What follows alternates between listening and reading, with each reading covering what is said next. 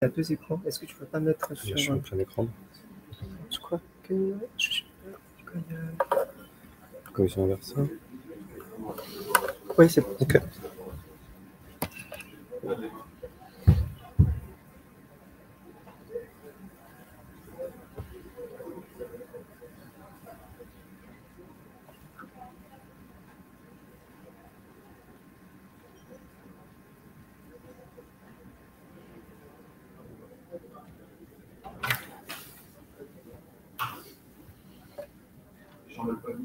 Les gens ne veulent pas venir. Les gens préfèrent le café, a priori. Je vais attendre une petite minute. On va baisser un petit peu le volume de votre ordinateur de sortie. D'accord. Voilà, celui-ci. Voilà. Je mets à 50. Ça, c'était très bien. Ouais, comme ça. Ok. Merci.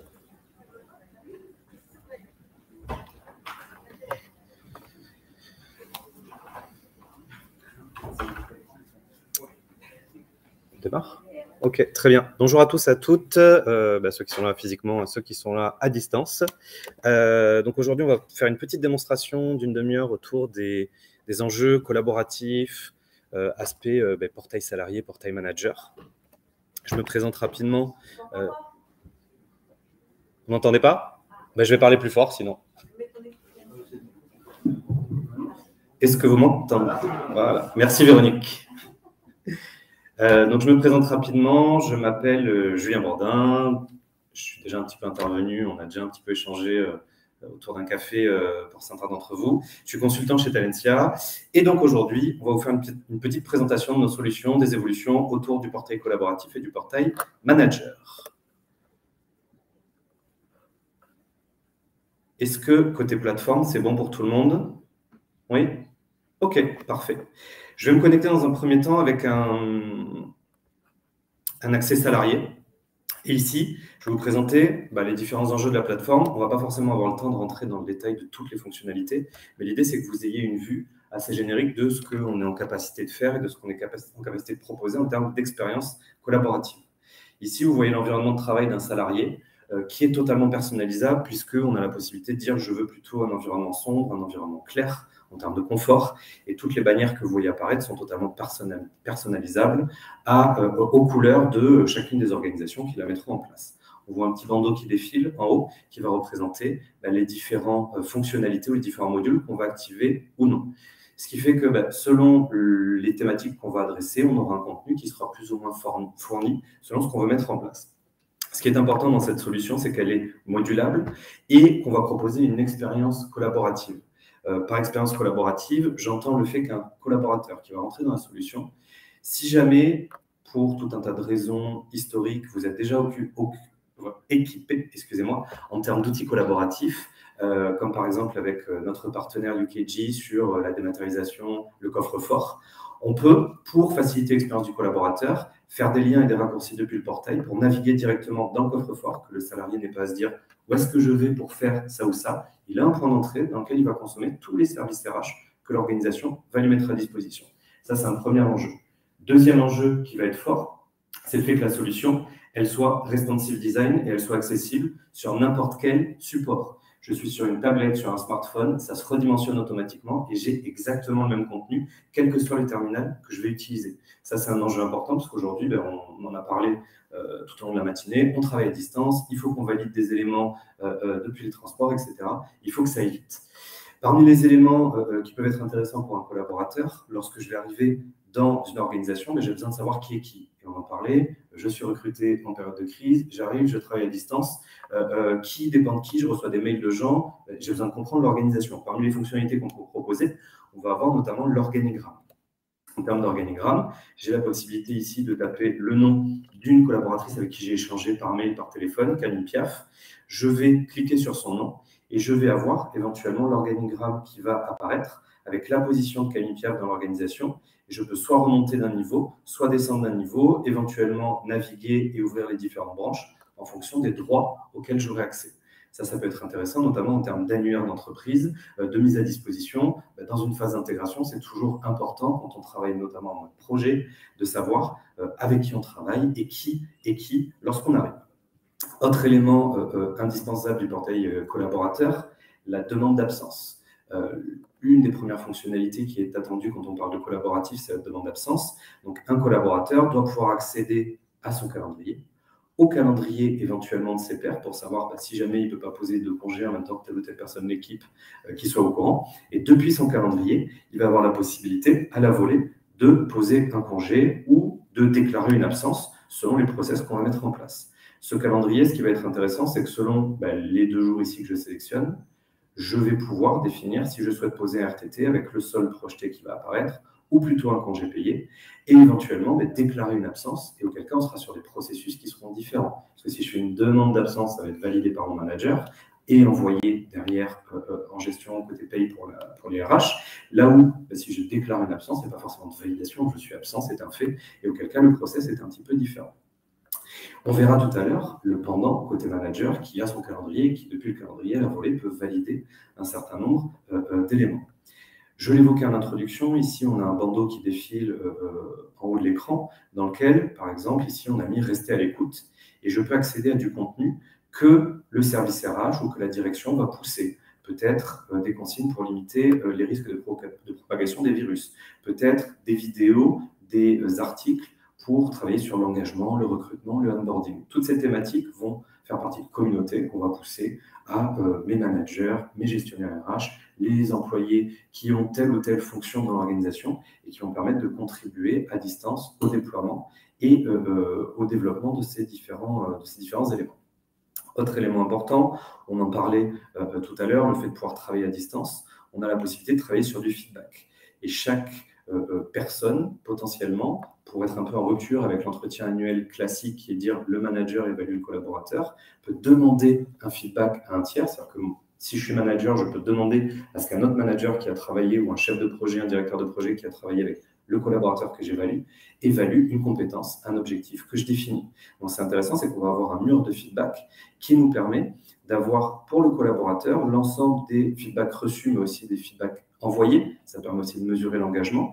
Et on peut aller même jusqu'à une forme de réseau social d'entreprise où on va avoir un système de likes, d'échanges, de murs pour que chacun puisse commenter. Je prends l'exemple ici du feedback parce que c'est un exemple qui peut parler à tout le monde, mais on peut l'imaginer sur une thématique de recrutement, sur une thématique de formation, un retour d'expérience suite à une session de formation, par exemple, qui aurait eu lieu. Toujours dans la continuité de l'expérience collaborative, ici en tant que collaborateur, j'ai bien évidemment accès à mes informations et à mon dossier salarié, dans lequel je vais avoir l'exhaustivité des éléments personnels, etc., etc. Et je vais avoir la possibilité de faire un certain nombre de demandes et de suivre mes demandes. C'est-à-dire que parmi mes demandes, je vais voir celles qui sont au statut brouillon, qui ont été validées, qui sont en attente, et j'ai la possibilité de voir l'ensemble des process disponibles que je peux lancer directement depuis mon portail. Ce qui est intéressant, c'est que ces process vont être à géométrie variable d'une organisation à l'autre, puisqu'on n'a pas besoin de dématérialiser les mêmes thématiques, on n'a pas besoin de répondre aux mêmes enjeux. Ici, je vais aller dans mes tâches en attente, puisque j'ai déjà généré un certain nombre d'activités pour ce collaborateur. Je vais avoir, par exemple, une invitation à participer à une enquête suite à une formation que j'aurai suivie. Et dans cette enquête, je vais voir est-ce que j'ai déjà complété ou pas. Donc là, j'ai déjà pré-saisi le formulaire. On est sur des questions ouvertes, fermées, avec des étoiles, avec des systèmes de NPS. On a tout un tas de typologies de questions qui peuvent être paramétrées. Et quand je dis qu'ils peuvent être paramétrées, c'est vous, en tant que gestionnaire RH, en une dizaine de minutes, vous créez votre questionnaire et vous le mettez à disposition sur un rapport d'étonnement suite à un recrutement, suite à une formation, etc., etc. Donc, ce qui est intéressant, c'est que l'ensemble de ces process vont être mis à disposition des collaborateurs et des managers pour répondre à différents enjeux. Parmi les autres éléments côté collaborateurs qui ne sont une fois de plus que des exemples, quand j'arrive dans le cadre de mon parcours d'intégration ou si jamais j'ai eu une naissance, je vais déclarer les enfants à charge, ma femme, etc. pour que tous ces éléments fassent partie du dossier collaborateur. L'idée, c'est que ces informations, en tant que collaborateur, c'est moi qui les connais mieux, plutôt que de les donner, les envoyer par mail au service RH, qu'elles soient ressaisies, qu'il y ait une erreur, que tout soit saisi et mis à jour directement depuis mon dossier, depuis mon portail et de façon en temps réel pour avoir l'information plus juste. Dans les autres éléments qu'on peut, par exemple, mettre à disposition du collaborateur, on va avoir tout ce qui est entretien professionnel, bilan à 6 ans. Le principe va être le même que ce qu'on a vu tout à l'heure sur le formulaire, où ici j'ai un entretien professionnel avec une bannière, avec une consigne. Je peux y mettre de la vidéo, je peux y mettre du contenu si je le souhaite. Un certain nombre de questions-réponses que je vais pouvoir traiter la possibilité éventuellement de formuler ma demande de formation. Est-ce que c'est une demande qui est au catalogue? Est-ce que c'est une demande hors catalogue? Le motif, la priorité. Et toutes ces demandes vont remonter dans le plan de formation pour arbitrage, avec un arbitrage éventuellement intermédiaire du manager dans l'intervalle si on le souhaite. Donc ici, on a une overview assez rapide et succincte du côté collaborateur. Ce qui va être intéressant, c'est de voir par la suite comment le manager va pouvoir gérer sa population, quels sont les indicateurs qu'on va lui mettre à disposition et comment il va travailler sur ces différents éléments. Ici, je vais me connecter donc en changeant de casquette avec mon portail manager et je vois un premier élément qui apparaît à l'écran, c'est que j'ai deux messages importants qui sont des alertes que je peux recevoir soit sous forme de push dans la solution, soit sous forme de mail si jamais je ne vais pas tous les matins dans mon système d'information RH en tant que manager ou en tant que collaborateur. Là, j'ai une alerte, par exemple, sur un entretien professionnel à renouveler, sur un nouvel arrivant pour lequel j'ai du onboarding à gérer. Ces alertes sont totalement ouvertes pour en avoir autant qu'on le souhaiterait. Et surtout, au-delà d'une alerte, on peut avoir, et c'est ce qu'on voit sur la page d'accueil, tout un tas de compteurs qui nous servent d'outils de pilotage. C'est-à-dire que plutôt que d'avoir une alerte à chaque fois que j'ai une action à mener, peut-être que je vais avoir mes tâches en attente, le suivi de mes activités entre mes entretiens soumis au statut brouillon, les entretiens que j'ai réalisés, ceux qui sont en attente. Et depuis cette page, je peux rentrer directement, par exemple, dans les entretiens et les campagnes d'entretien de mes collaborateurs. Je vois ceux qui ont été soumis, ceux qui vont être validés, et je vois où est-ce que j'en suis. Je navigue à ce niveau-là. Ce qui est intéressant, c'est que ce tableau de bord, où on voit un certain nombre d'éléments, les effectifs, les entretiens, des éléments de formation entre la formation présentielle, en e-learning, etc. Ce sont des tableaux de bord qui sont totalement personnalisables. C'est-à-dire que chaque manager peut avoir les indicateurs clés, soit que l'organisation souhaite lui mettre à disposition, parce que le manager n'a pas forcément envie de configurer ces éléments, soit si le manager a envie de le faire, il peut lui-même personnaliser et cloner sa page d'accueil. Ici, je prends un autre exemple, au-delà des différents KPI et des différents éléments qu'on a vus. On va avoir, par exemple, pour le manager, un onglet de révision salariale dans lequel il va voir le salaire et le bonus par établissement sur lesquels il travaille, qu'il aura proposé. Il va avoir des systèmes de budget et d'enveloppe qui lui sont mis à disposition avec le consommé. Et ici, je vois que j'ai un petit cadenas en cours puisque j'ai un process en cours de révision. Donc, si je clique sur cette ligne, je vois que pour mon équipe commerciale, j'ai 2 collaborateurs pour lesquels j'ai une enveloppe pour le salaire de base et une enveloppe pour le bonus qui m'ont été mises à disposition. J'ai la possibilité de faire le lien avec la notion de performance éventuellement via un entretien qui aurait été remonté. Et selon les éléments qu'on aurait maquettés, qu'on aurait mis à disposition du manager, de faire une proposition d'augmentation en valeur absolue ou en pourcentage pour qu'elle soit calculée. Ce qui est intéressant, c'est que si jamais, bien évidemment, le manager se trompe et met, par exemple, 1500% d'augmentation au lieu de 1500 €, on peut mettre une alerte soit bloquante, soit informative. Là, j'ai mis quelque chose de très discret avec un liseré rouge. Il pourra avoir un gros warning qui lui dit non, tu as fait une erreur par rapport à l'enveloppe qu'on t'avait mise à disposition. Donc, tout ça est personnalisable et le but, c'est que ce soit simple pour le manager, qu'il ait des écrans qui conviennent à ces enjeux et à ce qu'il doit traiter au quotidien, sachant que il est opérationnel et avant d'être le relais RH, il a tout un tas d'autres activités à gérer. Ici, si je reviens dans mes tableaux de bord, j'ai la possibilité, comme je vous le disais, d'avoir tout un tas d'indicateurs. Là, j'ai par exemple un indicateur de suivi de diversité de mes populations, répartition par âge, par effectif, par catégorie, par ancienneté, par rémunération, ce qui me permet de prendre des décisions averties. Ce que je vous montre ici au niveau manager, je le vois uniquement sur ma population. Si j'ai été gestionnaire RH, j'en aurai une vision beaucoup plus large sur des populations beaucoup plus importantes. Et surtout, je le répète, ce qui est important ici, c'est que tous les indicateurs que vous voyez ne sont que des exemples. On a beau livrer 100, 200 indicateurs dans la solution, vous aurez toujours besoin du 101e ou du 201e. Et l'idée, c'est que vous puissiez vous-même créer vos propres indicateurs et les adapter à votre contexte de façon simple. Ici, mon manager va bien évidemment avoir la possibilité d'avoir des éléments, je parlais tout à l'heure de révision salariale, mais de comparaison entre mes collaborateurs avec leurs salaires, leurs augmentations, leurs évaluations, etc. Et lorsque je rentre dans un dossier collaborateur, j'ai aussi la possibilité, si j'ai besoin de comparer 2 collaborateurs rapidement, de naviguer d'un dossier à un autre avec des onglets rapides ici sur le côté qui me permettent de revenir en arrière et de passer de l'un à l'autre sans passer par le point de menu principal. Autre élément important, j'ai beau être manager, je suis aussi avant tout salarié de l'entreprise. Donc, je n'ai pas à me déconnecter si je veux aller sur mon portail salarié. Je peux ici en un clic passer de mon portail salarié à mon portail employé, et auquel cas, je vais avoir exactement la même expérience que celle que je vous ai présentée en introduction côté collaborateur, mais appliquée à mon rôle, à mon profil et à mes enjeux, mes propres congés, mes propres demandes, etc. Le manager, à ce niveau-là, peut visualiser, je vous le disais tout à l'heure, le calendrier de son équipe. Depuis ce calendrier, il va pouvoir visualiser les différentes actions, les formations, les entretiens, les actions de onboarding, les demandes de congés. Et je prends un exemple concret ici, Camille qui vient de me faire une demande de congé payé ou de RTT. J'ai la possibilité, à ce niveau-là, en cliquant depuis le calendrier directement, de voir l'événement, de l'approuver et de le rejeter en un clic depuis le calendrier. On a aussi la possibilité de faire, bien évidemment, des validations en masse si je ne souhaite pas le faire directement depuis le calendrier. Autre élément important, on en parlait tout à l'heure, dans le cadre du recrutement, du pilotage de ces éléments, le manager peut être aussi, lui, en charge de ses propres recrutements, et auquel cas, il faut qu'il ait sa console et son suivi avec ses demandes de recrutement, où est-ce qu'elles en sont, etc., etc. Donc, il peut avoir une ligne de temps qui lui permet de voir combien de demandes ont été validées, sont en cours, etc. Tous ces indicateurs, bien évidemment, vont s'incrémenter au fur et à mesure que les enjeux vont être adressés, que les données vont être saisies à travers la solution.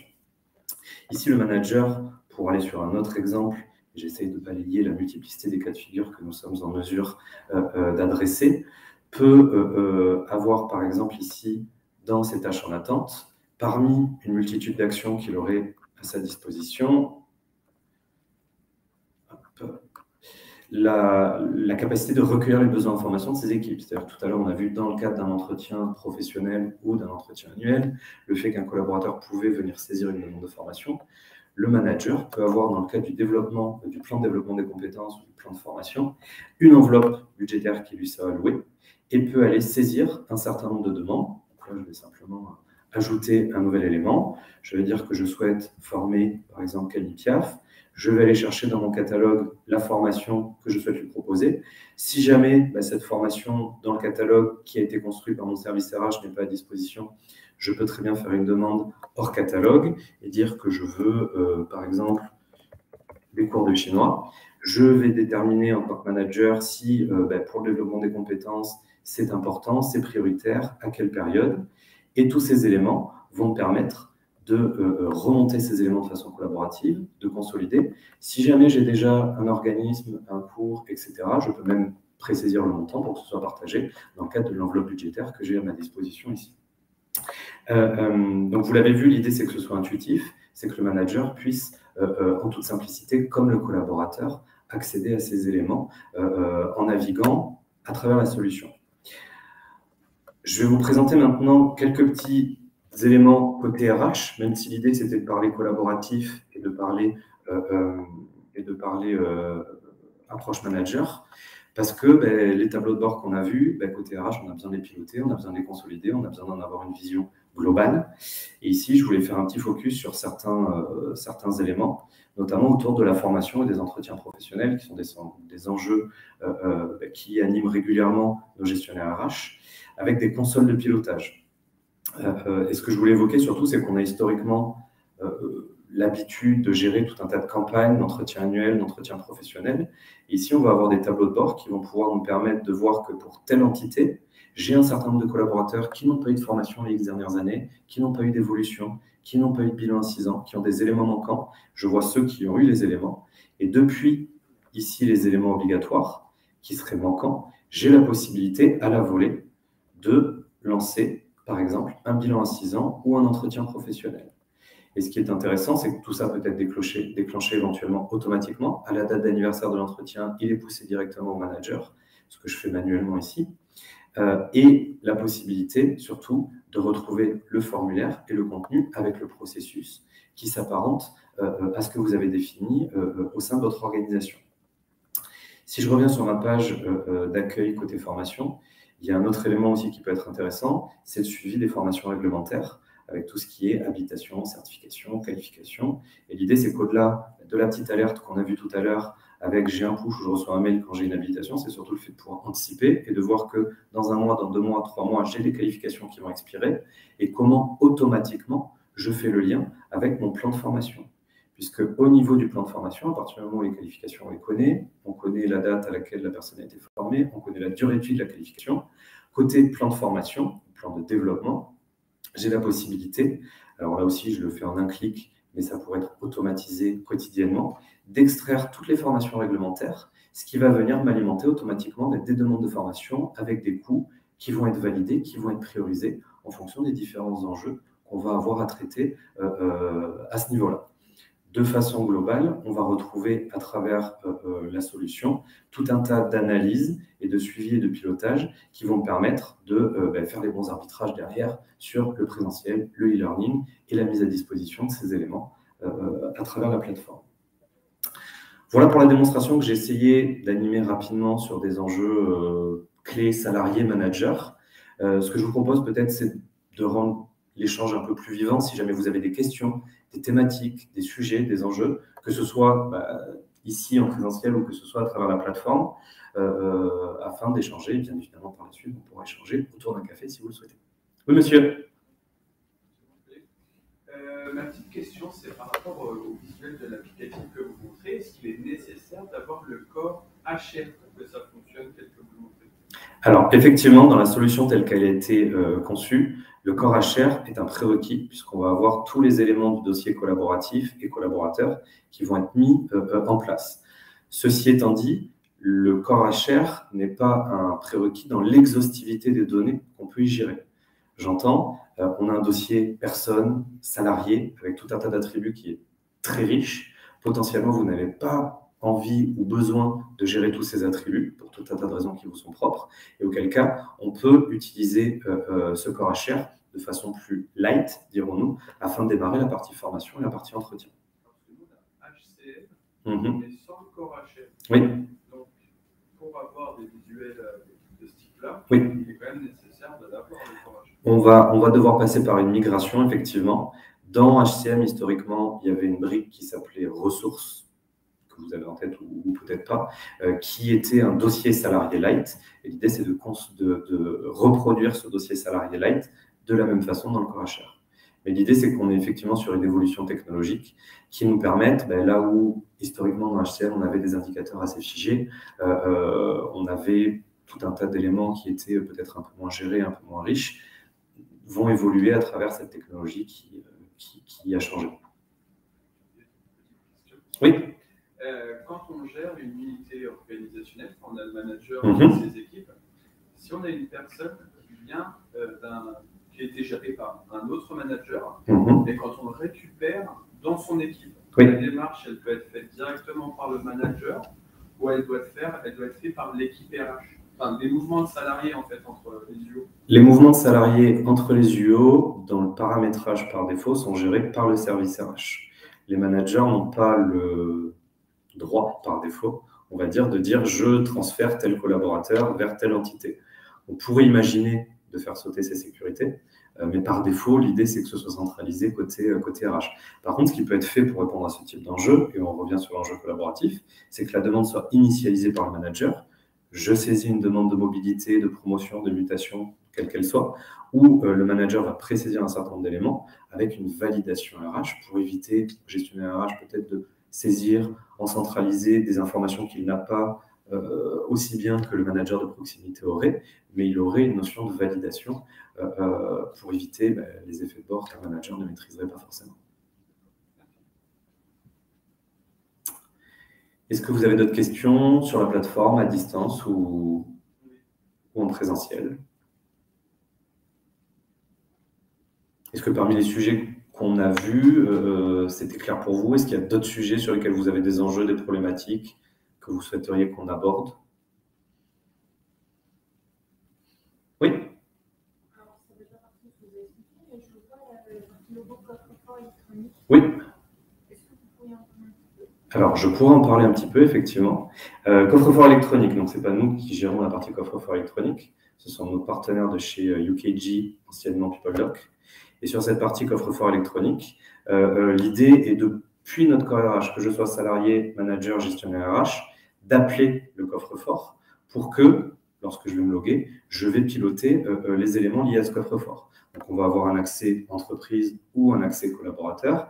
Accès collaborateur, je vais accéder à mes documents dématérialisés, à mon bulletin, si jamais on a fait remonter le bulletin, par exemple. Et sur la partie entreprise, l'idée, c'est qu'en tant que gestionnaire, j'ai la possibilité de piloter l'ensemble des éléments qui auraient été dématérialisés, les pools de bulletins qui auraient été dématérialisés ou pas, selon le fait que les collaborateurs aient accepté de le dématérialiser, et de piloter l'ensemble de ces éléments. Donc, c'est vraiment la partie de dématérialisation qui va être embarquée à travers, souvent plus la partie paye, puisqu'on va parler de dématérialisation de bulletin de paye, qui va être souvent le premier enjeu, à travers la solution. Ça veut dire concrètement que vous pouvez accéder au corps chef, il faut qu'il se relogue pour aller sur le site. Alors, un salarié va devoir se reloguer puisque le portail, le coffre-fort lui est propre. L'entreprise n'a pas à connaître le mot de passe du salarié pour accéder au coffre-fort. Par contre, en tant que gestionnaire, je pourrais très bien y accéder sans avoir à me reloguer. Mais le salarié il va simplement avoir une mire de connexion pour y arriver, mais son identifiant et son mot de passe sont propres à ses données personnelles et pas des données qui sont gérées par l'entreprise.